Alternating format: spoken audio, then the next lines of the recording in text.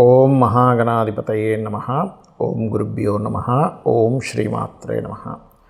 పరమేశ్వర స్వరూపమైనటువంటి జ్యోతిష, వాస్తు మరియు ఇతర అనేకమైనటువంటి శాస్త్రములను మనకు అందించినటువంటి మహర్షులకి నమస్కారం.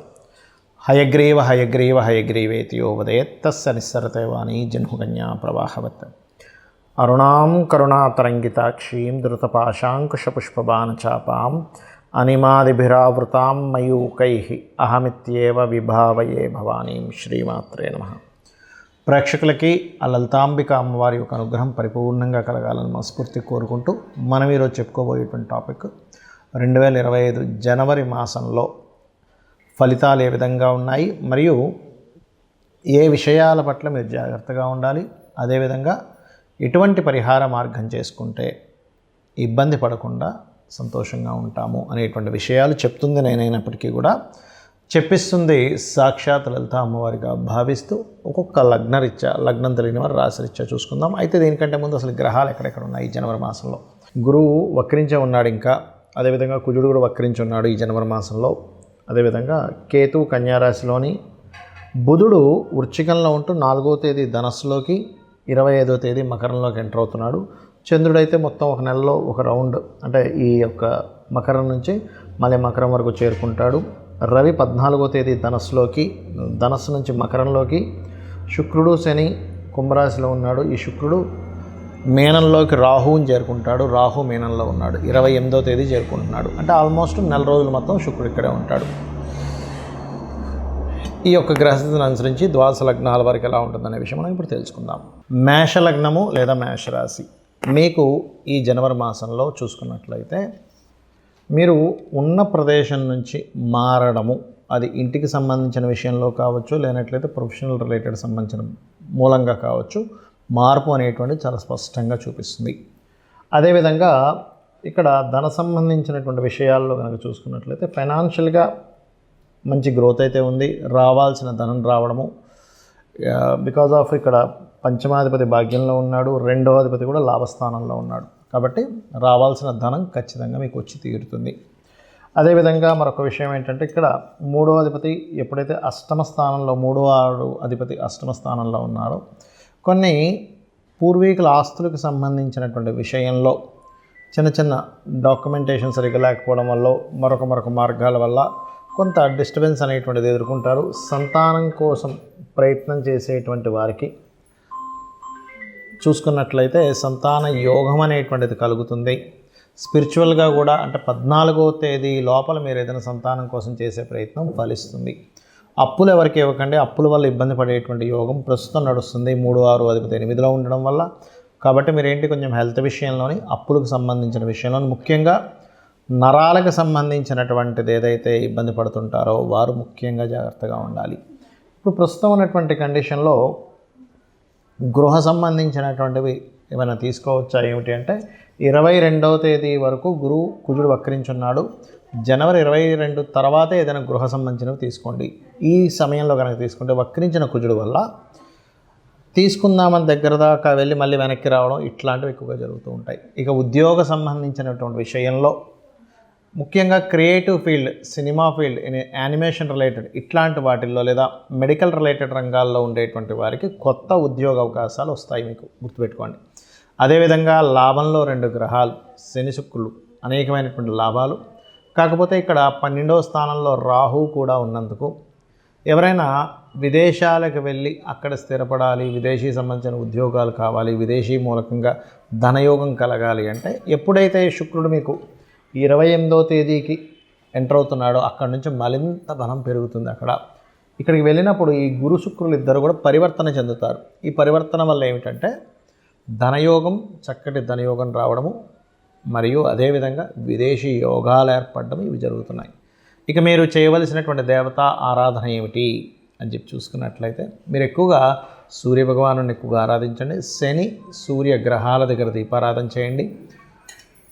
ఈ 4లో ఉన్నటువంటి కుజుడు కాస్త వక్రించి ఉన్నాడు కాబట్టి నేను మొదట్లో చెప్పినట్టుగా కాస్త అప్పులు ఇవ్వడం, తీసుకునే విషయంలోని, ఏదైనా అగ్రిమెంట్స్ చేసేటువంటి విషయాల పట్ల కాస్త మీరు జాగ్రత్తగా ఉండండి. ఇక ముఖ్యంగా మీరు గోవులకి క్యారెట్స్, బెల్లము తినిపించండి, అన్ని విధాలా బాగుంటుంది. జ్యోతిష్శాస్త్రంలో ఉన్నటువంటి కొన్ని అపోహలు ఏమిటి, మిత్స్ అంటారు వాటిని, అంటే అనవసరంగా మూఢనమ్మకాలు అనుకోండి. ఇవి నేను మీకు ఈరోజు చెప్పబోతున్నాను, గుర్తుపెట్టుకోండి. ఏమిటవి అంటే ఇవి తెలియాలి. ముఖ్యంగా తెలియకపోవడం వల్ల కూడా ఇబ్బంది పడుతున్నారు చాలామంది అనుకునేది ఏమిటంటే ఏలినాడు శని, అర్ధాష్టమి శని, అష్టమి శని సమయంలో ఏదీ కలిసి రాదు అనుకుంటారు. అది పూర్తిగా తప్పు, గుర్తుపెట్టుకోండి. నేను 100% నేను రీసెర్చ్ చేసి చెప్తున్నాను. అష్టమ శని, అర్ధాష్టమ శని, ఏలినాడు శని కేవలం మీకు కొద్దిగా ఆలస్యము, అనుభవము, ఒక విషయాన్ని నేర్పేలాగా కర్మకారకుడు మీకు ఆ స్థానాల్లో ఉండి ఇస్తాడు. అంటే మీ యొక్క కర్మ ఏంటంటే ఆ సమయంలో కొంచెం స్ట్రెస్ అవ్వడం వల్ల జీవితంలో ఏది నిజమో అని తెలుసుకుంటారు, కానీ ఏది కలిసి రాకపోవడం కాదు, గుర్తుపెట్టుకోండి. కలిసి రావాలంటే ఏం చేయాలో నేర్చుకుంటారు మీరు, కలిసి రాకపోవడం కాదు. ఎందుకంటే నేను దీని మీద 140 మంది ప్రెసిడెంట్ల జాతకాలు చూశాను. వాళ్ళకి పర్టికులర్గా ప్రెసిడెంట్లను కాదు, ఎమ్మెల్యేలు, ఎంపీలు చాలామంది జాతకాల్లో, పెద్ద పెద్ద బిజినెస్ మ్యాన్ జాతకాల్లో, ముఖ్యంగా రాజకీయ నాయకుల జాతకాల్లో నేను చూసింది ఏంటంటే ఏలినాటి శని, అర్ధాష్టమి శని, అష్టమి శని సమయాల్లోనే వాళ్ళు పీఎంలు, సీఎంలు కూడా అయ్యారు. మీకు ఎందుకు, మన నరేంద్ర మోడీ గారు ఏలినాటి శనిలోనే ఆయన పీఎంగా ఉన్నది వృశ్చిక రాశి. జగన్ అతను అష్టమ శనిలోనే ఆయన సీఎంగా నిలబడ్డారు. మన ఎంతోమంది, చంద్రబాబు నాయుడు గారు కావచ్చు, స్వర్గీయ ఎన్టీ రామారావు గారు కావచ్చు. నేను చెప్పేది ఒకటే, అంటే రాజ్యాన్నే ఇస్తున్నటువంటి శని మీకెందుకు ఏమీ కలిసి రాకుండా చేస్తాడంటే ఒక్కసారి ఆలోచించండి. ఎందుకంటే నేను ఈ విషయాన్ని ఎందుకు స్పష్టంగా చెప్తున్నానంటే అనవసరంగా ఇదేమీ కలిసి రాదేమో అని ఏమీ చేయకుండా ఉండిపోతున్నారు. అది కాదు. శని అంటే కర్మకారకుడు, విజయానికి కారకుడు. కష్టం ఇస్తాడు, ఇవ్వడం నేను అనట్లే. స్లో మూమెంట్, స్లో ఉంటుంది. కానీ అదే శని భగవాను కనుక మీరు చక్కగా దీపారాధన చేసి రెగ్యులర్గా ఒక ఆంజనేయ స్వామి ఆలయమో, నరసింహస్వామి ఆలయమో, స్కందుడు ఆలయానికి వెళ్ళారనుకోండి, 100% పాజిటివ్ ఫలితాలు ఇస్తాడు. ఇక రెండవది ఏంటంటే కాలసర్పదోషం గురించి చాలామంది భయపడుతున్నారు. కాలసర్పదోషం కాలానికి సంబంధించినటువంటిది. అంటే దేశ కాల సంబంధించిన పరిస్థితులు ఎలా ఉంటాయి చెప్పేటువంటి అంశం. జన్మజాతకానికి అప్లై చేయకూడదు కాలసర్పదోషానికి, కేవలం సర్పదోషాలను మాత్రమే అప్లై చేయాలి. మరి కాలసర్పదోషానికి ఒక ప్రెడిక్షన్ ఉంటుంది కదా అంటే ఉంటుంది, దానికి ఒక ప్రెడిక్షన్ ఉంటుంది, అంతేగాని ఎందుకు కలిసి రాదని కాదు. మెగాస్టార్ చిరంజీవి గారికి ఉంది కాలసర్పదోషం. ఎంతోమంది రాజకీయ నాయకుల్లో పెద్ద పెద్ద రేంజ్లో వెళ్ళిన వాళ్ళకి, పెద్ద పెద్ద బిజినెస్ పీపుల్కి నేను చూశాను కాలసర్పదోషం. మరి వాళ్ళు ఎందుకు అలా ఆ రేంజ్లోకి ఎదిగారు అనేది ఒక్కసారి ఆలోచించండి. ఆస్ట్రాలజీ 100% ఉంది, కానీ దాన్ని రీసెర్చ్ చేసి దాన్ని అర్థం చేసుకొని దాన్ని ఎలాగ మనకి ఎందుకు అందించారనే విషయాన్ని పూర్తిగా అర్థం చేసుకోవాలి. అలాగే మరొక విషయం ఏంటంటే, ఒకటి, ప్రతిసారి కూడా మనం ప్రతిదానికి కూడా ఏలినాటి శననో సర్పదోషం ఉందనో పెట్టుకుంటాం. అలా కాదు. పర్టికులర్ భావం అంటే మీకు వివాహం అవ్వటం లేదు, ఓకే, 7th లార్డ్ ఎవరయ్యారు చూసుకొని ఆ 7th లార్డ్ బలహీనంగా ఉన్నాడా, అందుకే అవ్వట్లేదు, దాన్ని చిన్న చిన్న మంత్రాలతో, లలితసహస్రనామం ఉంది, అందులో ఓం కామేశబద్ధ మాంగళ్య సూత్ర శోభిత కందరాయ నమః ఖచ్చితంగా ఇంట్లో కూర్చొని చక్కగా చేసుకొని ఫ్రీ అయిపోతుంది దానికి. అంతేగాని అమ్మో దీనికి ఏదో లక్షలు కట్టించి పూజ చేసుకోవాలి అప్పుడే నాకు ఆ దోషం పోతుంది అనేటువంటిది కాదు. కలియుగం కొన్న గొప్పతనం ఏంటంటే నామస్మరణ చేత పోతుంది, క్లియర్ అయిపోతుంది. మీ దగ్గర డబ్బులు ఉన్నాయి, నేను చక్కగా పూజ చేయించుకుంటాను, ఇంటికి పురోహితుని పిలిపించి ఒక హోమం చేయించుకుంటానంటే చేయించుకోండి, ఏమీ తప్పు కాదు. అది ధనం ఉంటే చక్కగా ఇంటికి పురోహితుని పిలిపించుకొని చక్కగా పూజ చేసి అతనికి దక్షిణ ఇచ్చి 10 మందికి భోజనాలు పెట్టండి. దానివల్ల ఒక సిస్టమ్ అంటే మనీ సర్క్యులేట్ అవుతుంది, దానివల్ల దేవతలు కూడా ఆనందిస్తారు, నేను కాదనట్లే. కానీ డబ్బులు లేకపోయినా అప్పులు చేసి మాత్రం ఎట్టి పరిస్థితుల్లో మీరు పూజ చేస్తేనే వర్కౌట్ అవుతుందని మాత్రం ఏమీ లేదు. ఎందుకంటే భగవంతుడికి అన్నీ తెలుసు.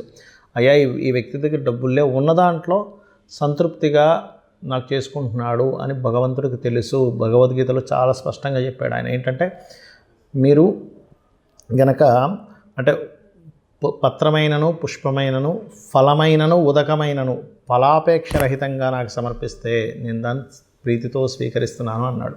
ఉదకం అంటే చిన్న నీటి చుక్కండి. కాబట్టి ఎక్కడా కూడా ఇది చేస్తేనే అవుతుంది, లేకపోతే నాకు ఇది అవ్వదు అనేటువంటిది లేదు. నామస్మరణ చేయండి, కేవలం నామస్మరణ కూడా మిమ్మల్ని ఉద్ధరిస్తుంది. డబ్బులు ఉన్నాయి చక్కగా చేసుకోండి, ఏం కాదనట్లే. గో సేవ చేస్తారా, గోదానమే ఇస్తారా, పెద్ద పెద్ద హోమాలే చేస్తారా, యజ్ఞాలే చేస్తారా, మీ ఇష్టం. బట్ లేనప్పుడు మాత్రం అప్పు చేస్తేనే అవుతుంది అనేటువంటి మూఢనమ్మకం నుంచి బయటికి రండి ఫస్ట్ మీరు. అలాగే మరొక విషయం ఏంటంటే జ్యోతిష్యము, వాస్తు. చాలామందికి ఏంటంటే వాస్తులో కూడా వాస్తు అనగానే మొత్తం మీద పగలగొట్టేస్తేనే అది సెట్ అవుతుంది అనుకుంటారు. అలా ఏమీ లేదు. చక్కగా ఇంట్లో ఏ వస్తువు ఎక్కడ పెట్టుకోవాలి, మీకు సరైనటువంటి గృహం అవునా కాదా, అన్ని గృహాలు మంచివే, కానీ మనకు సెట్ అయ్యే గృహమే మనకు బాగుంటుంది. అది ఏ డైరెక్షన్ ఈజ్ మీకు మంచిది అనేటువంటివి కొన్ని సెట్ ఆఫ్ రూల్స్ ఉన్నాయి వాస్తులో. అది తెలుసుకొని వెళ్ళండి. అంతేగాని ఏదో వాస్తు బాగాలేదని ఇల్లు కూలగొట్టేసేయడం, మొత్తం గందరగోళం చేసేసుకుని లక్షల రూపాయలు దాన్ని ఖర్చు పెట్టేసి మళ్ళీ అది అప్పులో పాలవడం కాదు. వాస్తులో వెరీ క్లియర్లీ మనకి కొన్నిసార్లు మాత్రమే, అంటే ఈశాన్యంలో బాత్రూమ్ మాత్రమే ఖచ్చితంగా తీయమన్నాడు. మిగతా ప్లేసెస్లో ఉన్నప్పుడు చిన్న రెమెడీస్తో దాన్ని మనం సెట్ చేసుకోవచ్చు. కలర్స్ ద్వారా సెట్ చేసుకోవచ్చు. ఒక వస్తువు ఒక దగ్గర ఉండడం ద్వారా సెట్ చేసుకోవచ్చు. మనం ఇంట్లో ఒక పని ఒక దగ్గర చేయడం ద్వారా సెట్ చేసుకోవచ్చు. సో ఇది అర్థం చేసుకోండి. అనవసరంగా ఏదో అయిపోతుందని భయం కోసం కాదు. ఆస్ట్రాలజీ కానీ వాస్తు కానీ ఉన్నది ఏంటంటే అది మనకు వెలుగుని చూపించాలి, ఒక దారిని చూపించడానికి ఉన్నది. కాబట్టి మీ అందరూ కూడా అమ్మవారి అనుగ్రహానికి పాత్రలు అవ్వాలని మనస్ఫూర్తిగా కోరుకుంటూ శ్రీమాత్రే నమః.